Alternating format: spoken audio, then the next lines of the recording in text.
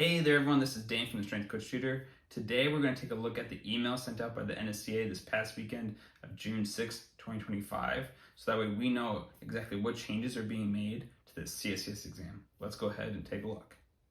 So here we're looking at the email from the NSCA that was sent out on June 6th of 2025, telling us that as a result of a job task analysis from subject experts and professionals in the field, they're telling us, hey, we kind of need to rearrange and change some of the topics and questions that we're asking students to make sure that they're knowledgeable and competent enough to go succeed out in the field. And we want to make sure that these certification exams are actually testing us on knowledge that's relevant for the jobs that we're about to go do.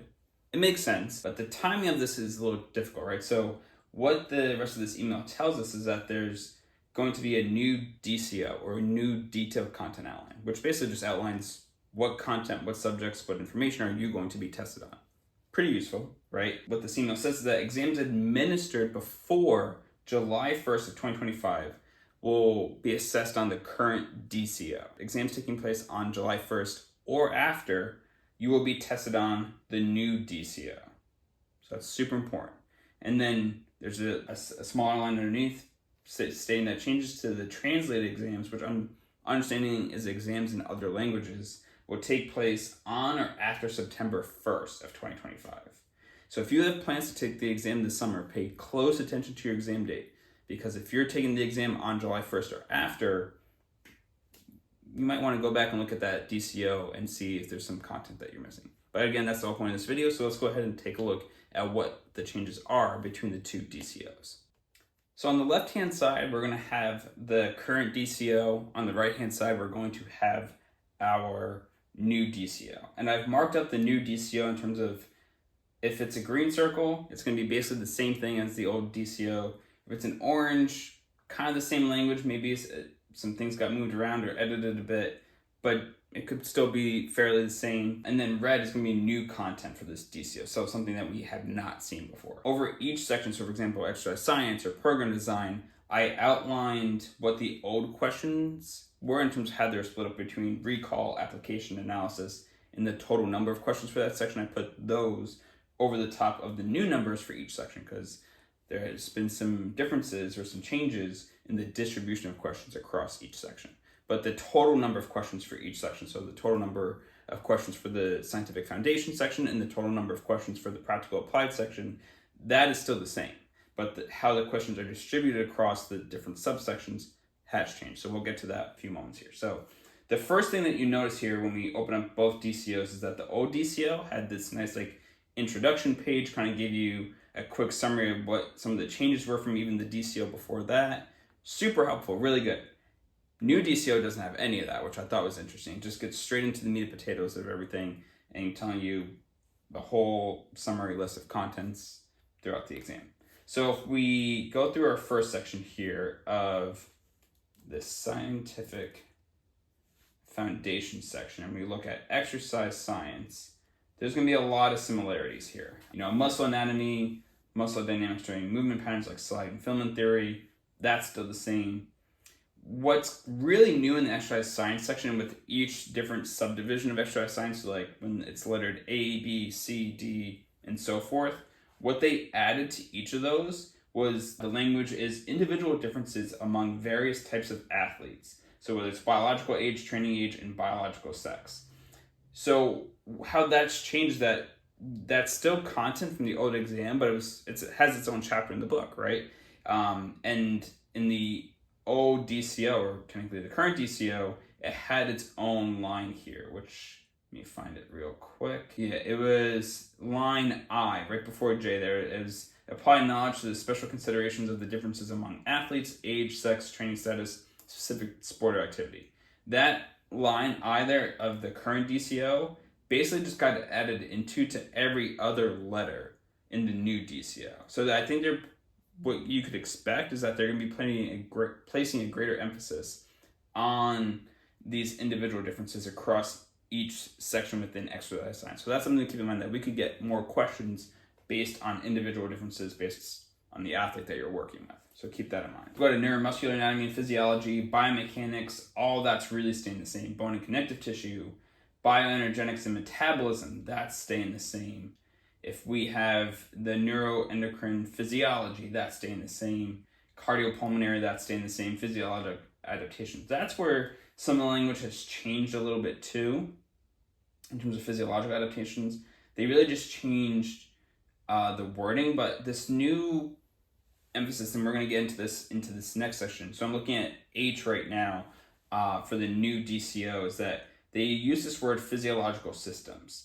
And I think that that's kind of like this new phrase, and they really they're going to go into talking about the integration or the interplay of all the different physiological systems together as like a whole body unit, which I think is important, but that's something to keep in mind, is that I think they're really looking at this whole body effect rather than looking at individual systems. I think that's a change that they're going to be looking at. So the last two letters here for exercise science, subject I, we have applying knowledge of integrated network and physiology. And this is where I was just talking about the interplay among the physiological systems. I think this tying into what I just said before with letter H about applying knowledge of the physiological adaptations. I think these two things are going to play a lot in this new exam. And then what's also news, or what they're really placing greater emphasis on, is like the impact of fatigue and techniques and strategies for restoration, which I would take as recovery strategies, which they didn't really use the word restoration before. They used recovery strategies. So I think we have to do a little bit more digging in terms of what really the differences that they're going to be looking for between restoration and recovery, and really how much is fatigue going to impact performance. And then lastly here for the scientific foundation section, for section H, we have applying knowledge of scientific studies and research and statistics. And that section is in the current DCO. However, something that is not in the current DCO, but they're adding to this, is something that's called PICOT approach. So it's PICOT, P-I-C-O-T, stands for Population Intervention Comparison Outcome and Time, to asking answerable questions. That, I'll be honest, I don't think I've heard that phrase since grad school when I was doing my master's thesis and taking some research classes. That will be interesting to see how they incorporate that into some questions. And I'll be honest, like, I need to do some refreshing on that myself, because it's been a long time since I looked at that. They're still going to ask about reliability and validity. That's great. But then something else that they included, which again is important, is the practical applications of research. And that's what's becoming so big in this field right now, sports performance, strength and conditioning, and sports science, is this practical applications of research. You know, these universities, institutions, whoever it may be, puts all this money, time, effort, and energy to doing research to help our athletes, right? But then it's like, how do we know which studies actually mean something? How do we actually incorporate this into the real world? Is this feasible, right? Like, there's so much that goes into that, and how can we apply all this hard work that these researchers are doing to our benefit, to our athletes' benefit? And I think that's going to be really interesting to see how they ask questions on that, what lessons we can learn in that subject. So I think that's really a really important one to include. And I think that is very relevant for the time that we're in this profession. Before we move on to sports psychology, I meant to compare the old number of questions to the new question breakdown for exercise science. So for the old exercise science DCO, we had 14 recall, 24 application, and 6 analysis questions for a total of 44 questions. That's changing on this new DCO. We now have 15 recall, 26 application, and 7 analysis questions for a total of 48 exercise science questions. So we are increasing that number by 4 questions for exercise science. So that means we're going to be taking from somewhere else. We'll see that in a little bit here. But let's go ahead and move on to sports psych. So since we were talking about the question breakdown, let's just go ahead and look at sports psych's breakdown. So previously we had 6 recall, 11 application, and 2 analysis for a total of 19 questions. Now we're going to have 6 recall. Still, that number stays the same. We're going to get 1 more application, making it 12 application questions, and then 2 analysis questions. So that also stays the same. So overall, we're going from a total of 19 questions for sports psych up to 20. So we're adding another question there. All right. In terms of sports psychology, I think a lot of this kind of stays the same. The biggest thing that I'm taking away from the sports psych section, though, is this interpersonal relationships, meaning like between the coach and the athlete, team dynamics, leadership. Again, great topic to include for the exam, but I'm interested how we're going to encourage students to study this. Is this something that can be studied, right? Like, I think a lot of people would say it's very subjective. It's something you learn through experience and by doing. But on the other hand, if you're going to be tested on it, like, we need to be able to prepare our students, right? So I'm interested to see how that's going to play out on the exam. And there's certainly, I think, a bigger emphasis here on the applying knowledge of mental health athletes and wellness. Because previously the language said recognize indicators of mental health issues in athletes, but the new language is applying knowledge of athletes' mental health and wellness, understanding the psychological impact of setbacks, such as injuries and so forth, transitioning out of sport. That's really a big one that's becoming popular. If you have a high school senior or college senior where they're not moving on to the next level, athletics has been such a big part of their life. What's next, right? And I think some athletes have a hard time dealing with that. The signs of overcoming mental health concerns. I feel like the exam kind of took a backseat for this a little bit. I could be wrong, but now it seems like they want to reemphasize this a little bit in terms of the eating disorders and recognizing signs and symptoms and knowing when to refer regarding eating disorders. So let's see if they bring that back into the spotlight for the exam, because I think that's incredibly important to put on the exam. So let's finish off scientific foundations here with nutrition. So in terms of the question breakdown, this is where we're going to see a decrease in questions. So the old DCO has 5 recall, 8 application, 4 analysis for a total of 17 questions. The new DCO now only has 3 recall, 6 application, and 3 analysis for a total of 12 questions. And that's what's kind of shocking. And this has to be the result of, I think, when they're doing this job task analysis of the survey, surveying the professionals out in the field and researchers and experts and so forth. I imagine a lot of them work at institutions, colleges, universities that have access to registered dietitians and sports nutritionists and so forth. So they're probably not handling a lot of nutrition. And so therefore, they may be reporting on the survey, hey, nutrition is not really a forefront of our job as much as it used to be. Maybe if you're at the high school level, maybe low level, maybe low budget D3 schools, maybe you take on a little bit more of that role. But I could see that for maybe being part of the reason why they've decreased the number of nutrition questions. Another part of that being too is that with this huge decrease, I'm curious to see, and this is always a big concern of everyone, I'm curious to see if there's less math in this section. Because I know everyone's intimidated by doing the math by hand, which is a huge thing. And I don't think that's going to go away because, for example, under Section A for nutrition with choice number 4, the differences between evidence-based and unsupported approaches for altering body composition, and it says plate approach versus fad diets, that language one has changed. But nutrition, I think how it changes a little bit with nutrition too, besides just the decrease in the number of questions, is they're still asking about dietary supplements, ergogenic aids, and so forth. I just think that general nutrition info content is going to decrease a little bit. Like, what does vitamin A do? What's a good source of calcium, right? I think some of those types of questions might go away, or like, what's a nutrient dense versus calorically dense food? I think they're going to get more into the applied nutrition in terms of like, what's the recommendations for carb intake for a cross-country runner, right? Like, I think we're going to see more of those types of questions. So in terms of the overall breakdown for the scientific foundation section, we still have 80 questions, but we now have 24 recall instead of 25, so we decreased 1 there. But we're adding 1 more application, so we went from 43 to 44, and we still have 12 analysis questions. So that's the change in the breakdown. Not crazy differences there, but as you saw, we lost a lot of nutrition questions to add into exercise science and sports psych. Now let's go ahead and take a look at the practical applied section, because there's definitely some more changes here. 2 recall questions, so that stayed the same. Application changed from 18 to 21, and now analysis also went up from 18 to 21. So for a total program design question, we used to have 38. Now we're going to get 44 program design questions. 44. Program design is a huge part of the job, right? That's the art and science of the job. Super, super important, but 44 out of 110 questions is a huge percent. So just be prepared to see some more program design questions. Now, in terms of conducting a needs analysis, the language I think got a bit simpler here, but they also so they included selecting assessments in terms of screening, performance testing, and monitoring. they took that away from the testing, ongoing monitoring, and data evaluation section of the exam, and that's completely changed this new DCO. We're going to look at that in a little bit. But I think they're taking that and moving it here.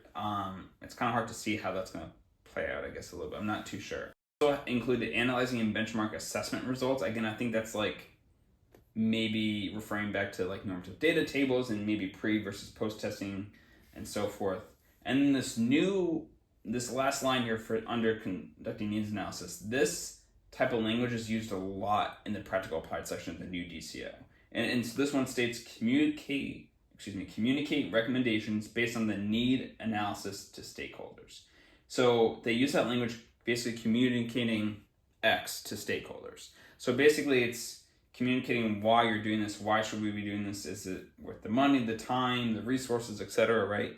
Communication is a huge part of coaching, obviously, and so therefore I think that's part of the reason why it's used so much in this new DCO, because communication is a huge part of coaching, right? You have to communicate in order to coach, right? You also have to continually to communicate why we're doing X, Y, and Z when things are just getting more and more competitive, things cost more and more money. It makes sense. It definitely makes sense. Bold under program design, language of based on the outcomes of a needs analysis, training programs that maximize performance and minimize injury potential, incorporating the following steps. That's all basically the same. However, selecting exercises kind of got broken down a little bit differently. Well, what they say with selecting exercises in the new DCO, that they want you to be able to select exercises relevant to the qualities and capacities desired with the training period. So what season you're in and so forth, what part of a macro or mesocycle are you in. Exercises to minimize injury potential, so tendon loading, collision preparation. It's interesting, I think that's relevant. Exercises relevant to available facility, equipment, and staff. And then exercises relevant to individual injured athlete adjustments. I think that's a huge one. I think that's a huge skill. I think that's been a big missing piece of athlete trainers and strength conditioning coaches and PTs really all working together to serve your student athletes, or any athlete or any population for that matter. I'm interested to see how this changes communication across like departments, especially in terms of sports medicine and sports performance. Is that going to include more collaboration, or is that going to result in less collaboration? If you're testing coaches on this content, which again is important, right? Because yes, athletic trainers typically at a collegiate level and professional sports levels, they are around, they are available during weight room sessions, most likely. However, it's good for the strength coaches to have that skill. I can't recall too many times where a strength coach is really going to hop out of the weight room real quick, consult with the athletic trainer, and then that's done in a meeting prior to the weight room session. But I'm a little concerned in terms of how communication is going to actually work out in the real world, if it's going to increase or decrease between departments. Exercise order is going to stay the same. Exercising intensity. Volume is a little bit different. So they have determined training volumes defined as sets by reps. That's fine. That's it. There's a bit more in terms of the language with volume here. They really simplified it, so I thought that was interesting. Next, they talk about determining work-rest period ratios, recovery, unloading, and training. Right, determining work-rest period ratios, that's been the same. Determining training frequency within a microcycle, that's old, right? That's still typical content. However, determining recovery periods between sessions, whether it's daily or weekly, I think that's new. And determining recovery and unloading phases within the macrocycle over a training year. I think that's one area that was not dug up or discussed enough. Like in chapter 21, the periodization chapter, I don't think that's discussed enough. Interested to see how that plays out. I think that's super important, especially by competition levels, for sure. I think that's very important. And again, the same line about communicating to stakeholders, right? It says communicate and discuss the program goals, design and expected outcomes to stakeholders. So whether coaches, athletic directors, whoever it may be, right? You got to be able to communicate why you're doing this programming, why they're doing these exercises. Right? You have to be able to back up what you're doing. And that really ties into that research piece where we talked about at the end of the scientific foundation section, really being able to apply the research. If someone asks you why, you can back it up with that research. So something to keep in mind. Let's go on to exercise techniques. So this is the second section now. On the old DCO, it was the first section in the practical applied that they discussed. That's the second. And I think it is because of this decrease in number of questions. So, for example, in the old DCO, 7 recall, 22 application, 11 analysis for a total of 40 questions. Not anymore. This is a big change. So we now have 5 recall compared to 7. We had 15 application compared to 22. That's very interesting. And then we now have 8 analysis versus 11. So we went from 40 questions to 28, 12 less questions. I know exercise technique was a big topic for people on the exam in terms of an area that they struggled with. And see that decrease in questions, I don't know if that's going to help exam candidates or not. This program design and exercise technique before were fairly equal. I think it was 40 and 38 respectively, if I'm remembering correctly. But now it's, what was that? 44 and 28, like, what is that? Difference of 16 questions. So let's start breaking down exercise technique here. So exercise technique, a word that they used a lot, the language that they used a lot throughout all this, and I started it off in red and then I changed it to orange because there's just so much, and you kind of assume that they wanted you to do this on the old exam, but they didn't state it. One piece of the language is provide a demonstration or explanation, right? So again, this goes back to the coaching piece and communication, and again, that's a skill, it's an art. It's going to be interesting to see how you're going to be tested on being able to provide a demonstration or explanation on the exam.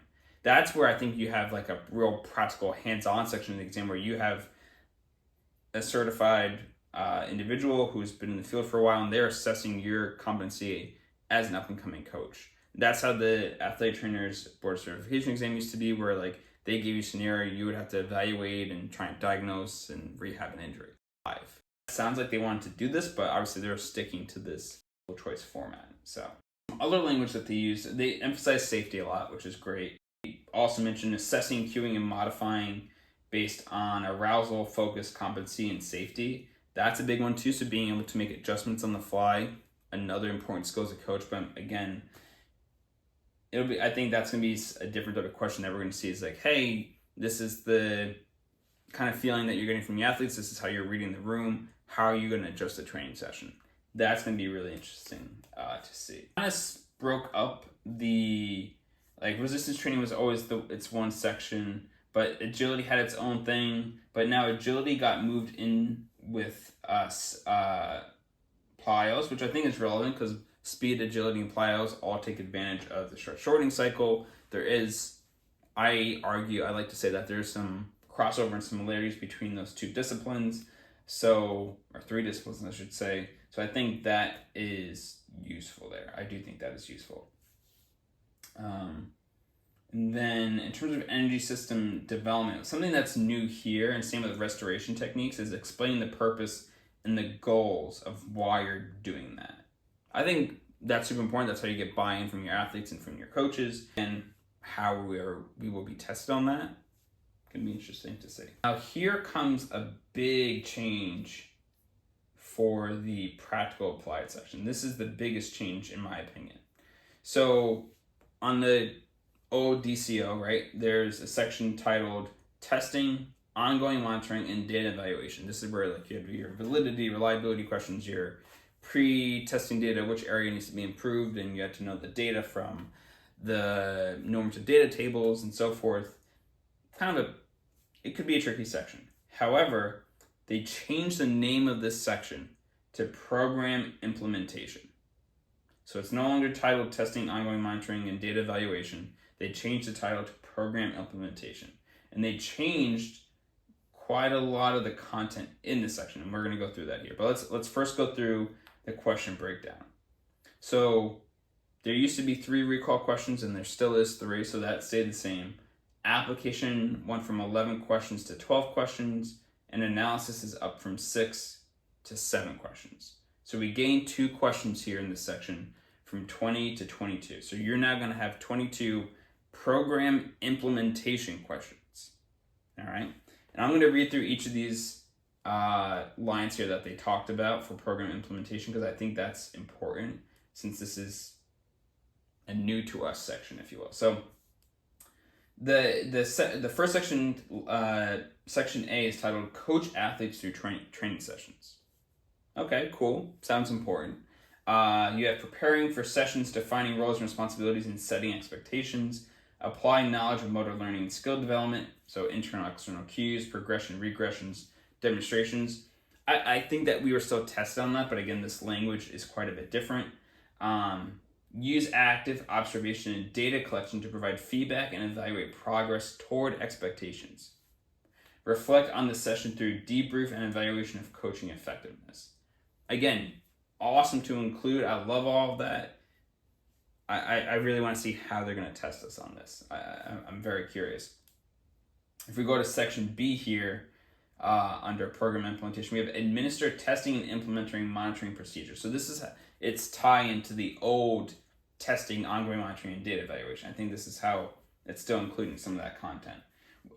So the first line item there under is determining the equipment and protocols to assess physical characteristics and monitor readiness. And the part that kind of got me here was monitoring readiness in terms of practice loads, game loads, and heart rate variability. That, I'm curious to see how they're going to ask those types of questions. And then lastly, I think this is where for section B at least, they say conduct testing and monitoring procedures, so data collection and organization, warming up, how to test, resting between trials, athlete readiness. That's all stuff, I think, classic stuff from the textbook that I think that we could still see from the old DCO.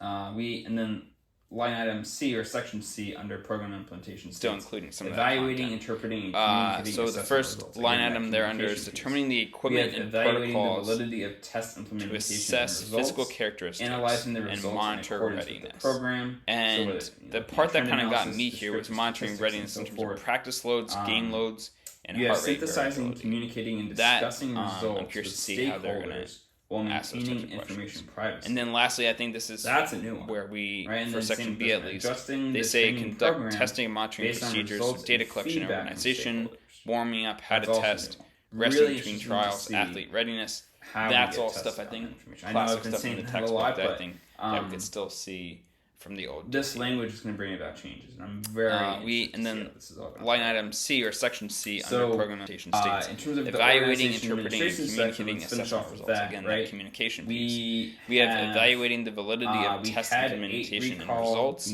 analyzing the results in accordance with the program. So whether looking at trend analysis, descriptive statistics, and so forth. We had zero analysis, and we still have zero analysis. You have synthesizing, communicating, and discussing results with stakeholders while maintaining information privacy. Same with this one, adjusting the training program. I think the feedback from stakeholders. Biggest thing is that they're looking at liability and reducing the risk of injury and how we get tested on liability. I know I've been saying that a lot, but the last thing here too is going back to organization administration. If we look at the last line, this basically stays the same. Unsafe training. I think the overuse, overtraining, biggest thing is that they're looking at liability and reducing the risk of injury. Here's what they say: responding risk of liability.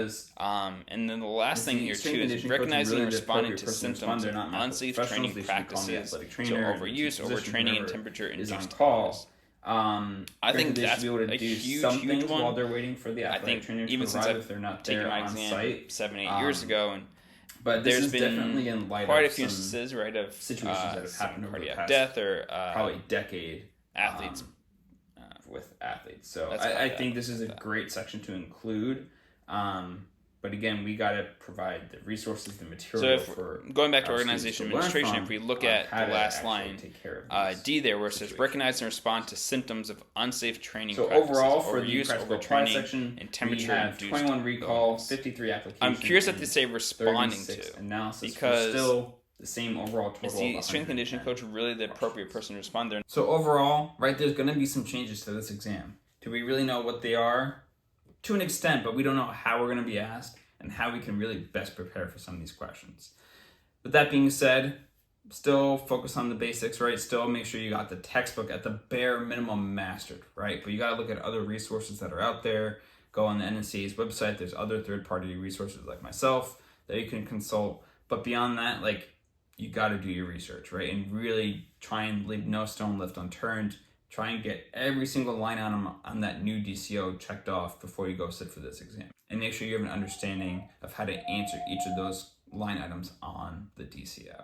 All right, it's gonna be tough, it's gonna be hard. Not saying that there's the best answer, but you can do it and we'll get through this together. All right. With that said, hopefully there's a new edition of the Essentials of Strength and Conditioning textbook coming out soon. Haven't heard anything about that yet, but I will definitely keep you all posted if there's any news on that. With that being said, best of luck. If you need help passing your CSCS exam, please go to thestrengthcoachtutor.com, or you can email me at thestrengthcoachtutor@gmail.com if you're looking for some help on passing your CSCS exam. And that note, my name's Dan, and I'll talk to you soon.